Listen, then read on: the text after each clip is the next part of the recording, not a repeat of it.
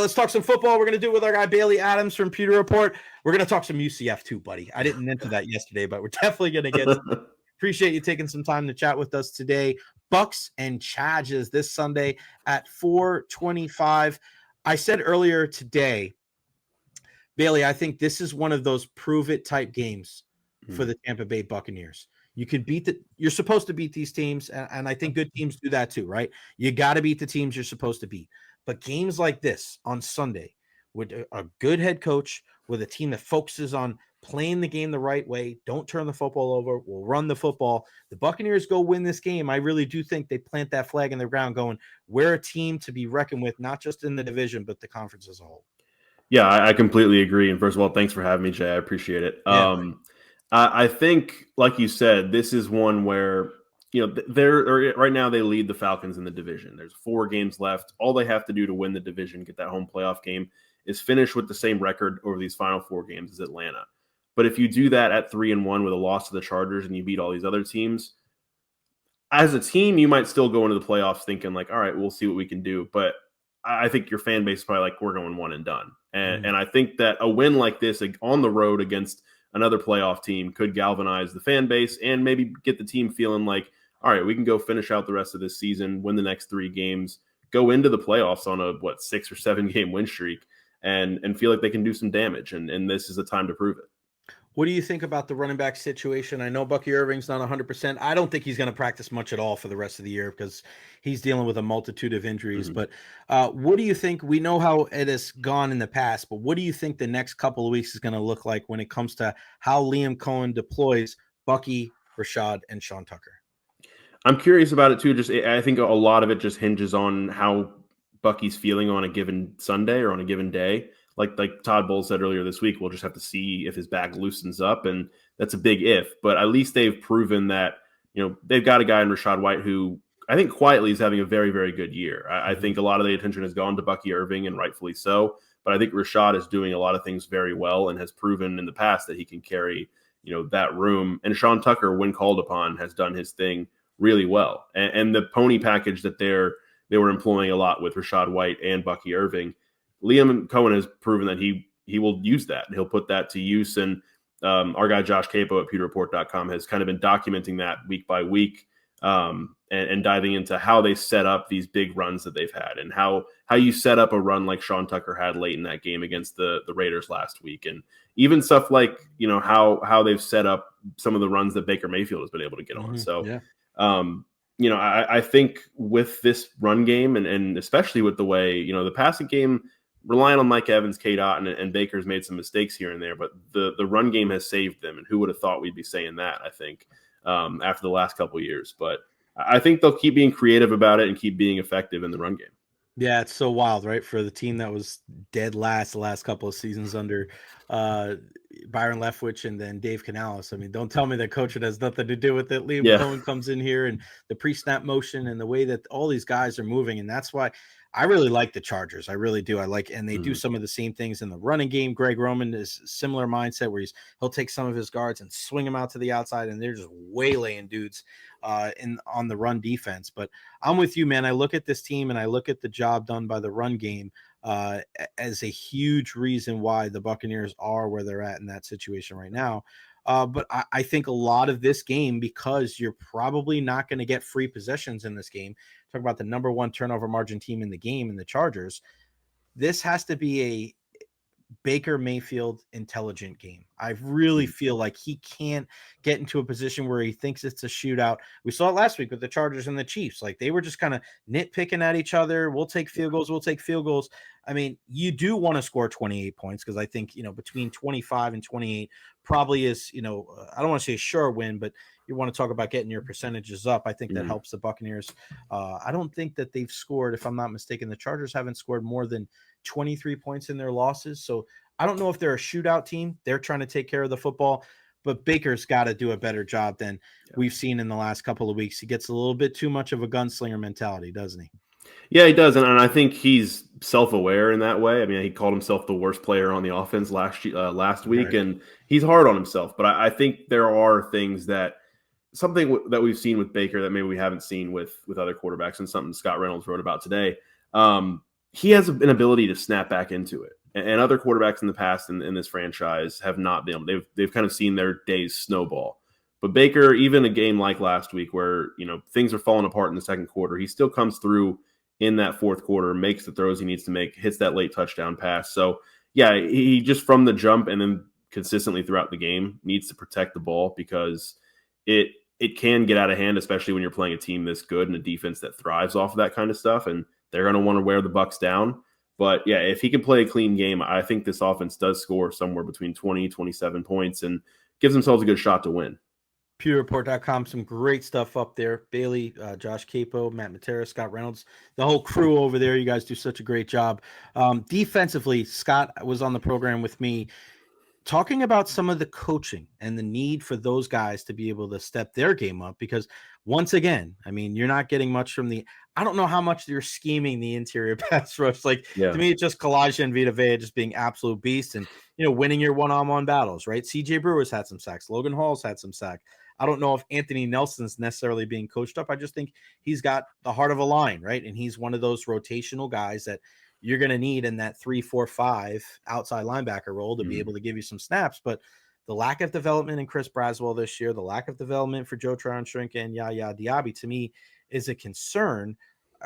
Do you see those guys breaking out of it? I mean, which one of those guys, if any of them, can really get to the quarterback? Because I hear all the stuff about the numbers are better. I'm looking at sacks because you got to get to the quarterback and you got to get him on the ground, especially forcing second and long and third and long. So what do you make of the pass rush, and do you think it's going to improve? I think it's been a big point of frustration this year. I think just especially from the outside guys because, I think, like you said, the numbers, and I do to an extent see that argument for it, where the numbers for Yaya Diaby, like his pressure rate is pretty good. His total pressures are good. He only has 2 sacks though. And that's a big drop off from last year where he stepped into a starting role late and then finished with 7.5. He went on a run. So people thought he was going to have 10 or 15 this year. Right. They're like, this guy could be, a Pro Bowler this year. And we just haven't seen it. Yeah. And you'd like to think that maybe over these last 4 games, he can go on that kind of run. Not that he's going to get to 7.5 or 10 in the next 4 games, but something where, he's getting to the quarterback more regularly because just with the pressure they're getting on the interior and with the blitz schemes that Todd Bowles likes to dial up anyway. Levante David had a sack last week. There's a little bit less of it without Antoine Winfield Jr. out there from the safety position, but anything from the outside linebackers at this point would be a pretty big help for this defense, and they're just not getting enough, much less anything really. But I think Yaya is that guy who has the most potential to kind of snap out of it down the stretch here. What do you think about the interior linebacker position?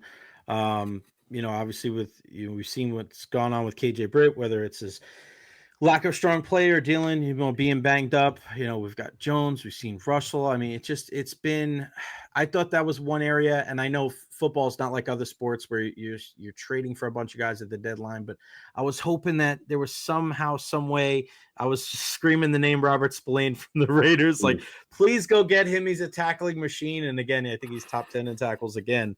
But is that an area that concerns you against a team like the Chargers that are going to run the football, short passing game with Greg Roman? I mean, is that the place, do you think, that they're going to target, especially because it's been a weak spot all year long? Yeah, I think it's an area that concerns me against the Chargers and against every other team the Bucks play because it really is. You go into every week thinking like, how are they going to be able to cover that part of the field? And KJ Britt, like Todd Bowles just, I guess, a few minutes ago, KJ Britt's out this week, so he's ruled out. So we'll see Vi Jones. We'll see if JJ Russell gets back. I'm curious, and I don't know if they'll get him elevated this quickly, but signing Deion Jones to the practice squad, what he has, left, and if he can offer anything here in the last 4 weeks, like again, and that's another position where like anything could be an improvement over what they've been getting. So I'm curious about him. I don't know if he's, he hasn't been that same guy that he was. I think it was his rookie year, however many years ago that was, but just getting, a fresh guy in there because what they've been running out there hasn't really worked so far. Yeah, I'm hoping that they can hold up there. And then the safety position, with Antoine Winfield Jr. Being banged up, I like that you see Christian Izien is a guy to me that's just, he gets better as games go on. He's the guy that's just like, if he makes a mistake, he bounces back. And you saw Tyke Smith coming up with that big pick. I think that's an opportunity for another. I mean, it sucks because you want Antoine Winfield Jr. to be out there, but I think that's another position where you look at like, all right, we need guys to elevate their game. The safety spot seems to be that's over the years, right? I mean, we saw it with Mike Edwards. We saw it years. Who was the guy that had 3 picks in one game? Was that Keith Tandy? No, not Keith Tandy. Later. Who was Andrew Adams. Andrew Adams, yes, because he was with the Giants. Yeah. For some reason, we've seen Kayvon, right? Like you see that safety position, those guys step up and come out of nowhere and have some big games. They're going to need that as well against the Chargers. Yeah, and that's what it leaves me a little concerned. I guess Christian Izzian's listed as questionable right now, but he's a guy that they're going to need out there, and just his versatility is huge for what Todd Bowles likes to do, and Tyke Smith has some versatility to him as well. But yeah, there always seems to be something to that position. I don't know. We might see Ryan Neal elevated from the practice squad, and I know that probably has a lot of people out there shuddering, but. That might be one of the guys where that position hasn't flourished for the Bucs and Todd Bowles' defense. But I think they're just going to have to piece it together, and they're going to have to. This is a Chargers offense, and especially Justin Herbert. He's thrown 1 interception all year. So if they can get a turnover or 2 turnovers, that would be huge because this is a offense that doesn't give away the ball. And I don't know where it's going to come from, but it's got to come from somewhere if they're going to be able to pick this one up. Yeah, I wonder if Ryan Neal, because we saw it last year when he had some success, it was actually playing kind of like a linebacker position. Yeah. So maybe you see him there, maybe playing next to Levante, maybe that'll help, and maybe palate cleanse some of the bad play from last year that people can't stand when they just shudder when they hear his name, like you said. Yeah. Mike Evans right now is at 590 yards. He needs 410 over 4 games to reach 1,000 yards once again. Do you think he gets there? He has a propensity to come up big on these West Coast games. I remember the game years ago. I think it was against the Rams on the road. I think he had a huge game against Marcus Peters, if I'm not mistaken. Do you think he gets there? Because I feel like if it's going to happen, he's got to have a big week this week, right? Yeah. Because I want him to get it so bad. It's weird because you don't have Chris Godwin, so they can really slide all their protection or slide all their coverage towards him. It's going to be tough, man, but I hope he does it starting on Sunday. Yeah, I want it for him, and I mean, I'm sure he deep down wants it, but he's always been let's just win the game kind of guy. But I think it's going to take, and I've been writing about this, kind of tracking it week by week. I think it's going to take some kind of consistent run where he's getting 100, obviously, and that's just the math of it. But what it might actually take is a game where he goes out there for 205 yards, something like that. Yep. Which it's tough in this offense because they don't push the ball down the field that much. And I think that combined with the injury is part of the reason why, he's at 590 right now and not 780, 800. I don't know. I never want to bet against him, though. So I still, until further notice, kind of wanted to say, yeah, I think he'll still find a way to get there somehow. But it is going to take he's going to need to put a dent into it on Sunday. They got to connect on some of those long shots because they don't take many of them. So if they do, if it's something down the sideline, kind of like on the play that he got hurt, right? They're going to have to connect on 1 or 2 of those over the next couple of weeks for this to happen. Before I get you out of here, I definitely want to talk some UCF. Okay. You see the scarf there behind you, #ChargeOn. You're going to the well once again, bringing Scott Frost back. Of course, he was the head man there when they reached heights that they've never reached before, nor have they reached since then. But you bring a guy back in, Scott Frost. It didn't work at his alma mater at Nebraska. I think a lot of people like Scott Frost, and they kind of felt bad that, you go to Nebraska. It just seemed like a good story for him. They were down, and he lost so many 1-score games. It just did not work out. What is your confidence level that he is going to be able to replicate the success that he had the first time around? I'm like in 2 minds about it because when the possibility was first floated out there, I'm thinking, all right, the last time we saw him as a head coach was at Nebraska 2 years ago, and he got fired. Things weren't going so well. You normally, before he comes back to a head coaching position, you want to see him kind of work back, being an analyst, being an assistant, or being an offensive coordinator somewhere. And he did this year, spent part of the season with the Rams out as a consultant or something like that. But jumping right back into being a head coach kind of gave me pause, especially with the NIL, with the roster management, with all of that stuff going on. But at the same time, it's just the vibes. Like I think it's like the least analytical way to look at it is like he came back a week ago and the vibes have completely been lifted for the entire fan base. I think the donors are going to be kind of all in on this. I don't know. I mean, replicating what they did in 2017 is, I don't even think that can be the goal because that was such a special season. I think it's just they've got to build back up to kind of even respectability because I think the program has fallen from where it was even a few years ago. And, they're in the Big 12 now, and it's going to take a lot to start being a little more consistent in that conference. But with his style, with the way he connects with his players, and with how much everybody around the program wants this to work, I think he's got a shot to make this work. And especially when you bring across the offensive coordinator that everybody loves too, right? Bring the Milton. Yeah, bringing him. That's a good start. Bringing him back as the QB's coach is another like the nostalgia hit immediately, and you see pictures of them two together, and everybody's all the way back in. But I think the big thing for me is like it's going to be a process. They're not going to jump from where they are right now to big time contending. But I'm rooting for them, and I hope it works out. Okay, I thought it was offensive coordinator. So yeah, you're right, quarterbacks coach. Yeah, but still getting him in the fold there, a guy that's you harkening back to some great memories from the program. Were you surprised with happened with Gus Malzahn at all? Maybe not the fact that he left, but the fact that he didn't just like retire, he got fired. He just went to Florida State and now he's the OC there with Norvell. Yeah, it was funny because it got to a point with the fan base, and I will say I was one of them too, where I was ready for him to go. I knew UCF probably didn't have the money to buy him out and fire him, so I wasn't sure he was going to leave. The best hope for us at that point was maybe he's going to hang it up and retire and come to an agreement on how much money he's going to get paid. But for him to line up another job that quickly and jump to Florida State, that's the part that surprised me. And I was thinking, all right, well, UCF's kind of getting off scot-free here without having to pay him $13 million or whatever the buyout is. And then I don't know. Now he's Florida State's problem. Like there's stuff that he does well, I'm upset that it didn't work out for him because I do like him, but I think it was going downhill fast, and kind of getting a fresh, clean slate for Frost here is probably what was best for the fan base because it was getting pretty toxic. I think there needs to be a collaboration, and I'm getting this from what's behind your head at the top. It says UCF Avenue up there.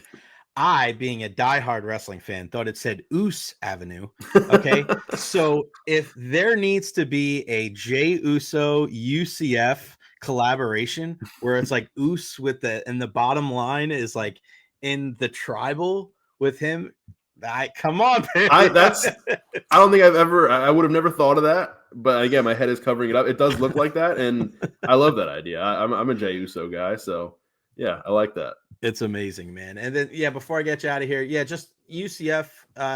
Is there any part of you as a UCF fan that misses playing USF on Black Friday? And I always think it's such a unique rivalry because, obviously you're going to be connected forever, right? Mm-hmm. But UCF's looking at it like, I understand UCF's in the Big 12, but rivalries in college football are unlike any other sport. And it was weird. It was weird not, the day after Christmas or the 2 days after, day after Thanksgiving or 2 days after Thanksgiving, not seeing UCF and USF play each other. Was it funky to you too? I understand they're on the greener pastures in the Big 12, but like I said, rivalries are good for college football. And I think ideally it would be good if both of those teams were in bigger conferences, top 25 teams, because I think that can really propel somebody forward. Yeah, it's a big point of contention among UCF fans because there are the ones who are like, no, we left them behind, pull up the ladder. We don't want them, we don't want them around anymore. I think there is a big part of the fan base though that does kind of miss that head to head of the toxicity of a rivalry. And it was that way sometimes. And it was like last year, UCF ended up playing on the Saturday after Thanksgiving and they played Houston, and there was little to no juice for that game. It was just UCF needed to win the game to get a bowl game. They did it. It was whatever. This year, it was supposed to be, a big game on Black Friday, Fox, 8 o'clock, UCF and Utah. Both teams came into that game with like 4 or 5 wins. Yes. So it didn't. Yeah, so far, like this past offseason when they announced that Utah game, I was like, okay, that's a big game for Black Friday. Mm-hmm. Like, I'll take that over the rivalry. But you get to the point where you're like, I don't know, I do kind of miss it, even though I think it's. I don't know. There's not the schedules aren't open, I guess, for USF for a while, but I do hope at some point they kind of get that back on the schedule. Yeah, because I think in college football more than any other sport, because you have bowl games, you have a lot of teams that finish the season on a high note. You don't get that in pretty much in any other sport. So you can have a mediocre season, you could be 500, but you win a bowl game and you're like, hey, we're moving on to next year. We're riding this wave. But I also think in situations like this where UCF, maybe you have a little bit of a down year, you beat USF or vice versa, right? You're like, hey, man, that makes you feel a little bit good going into the offseason. All right, Bailey J. Adams 22 on Twitter.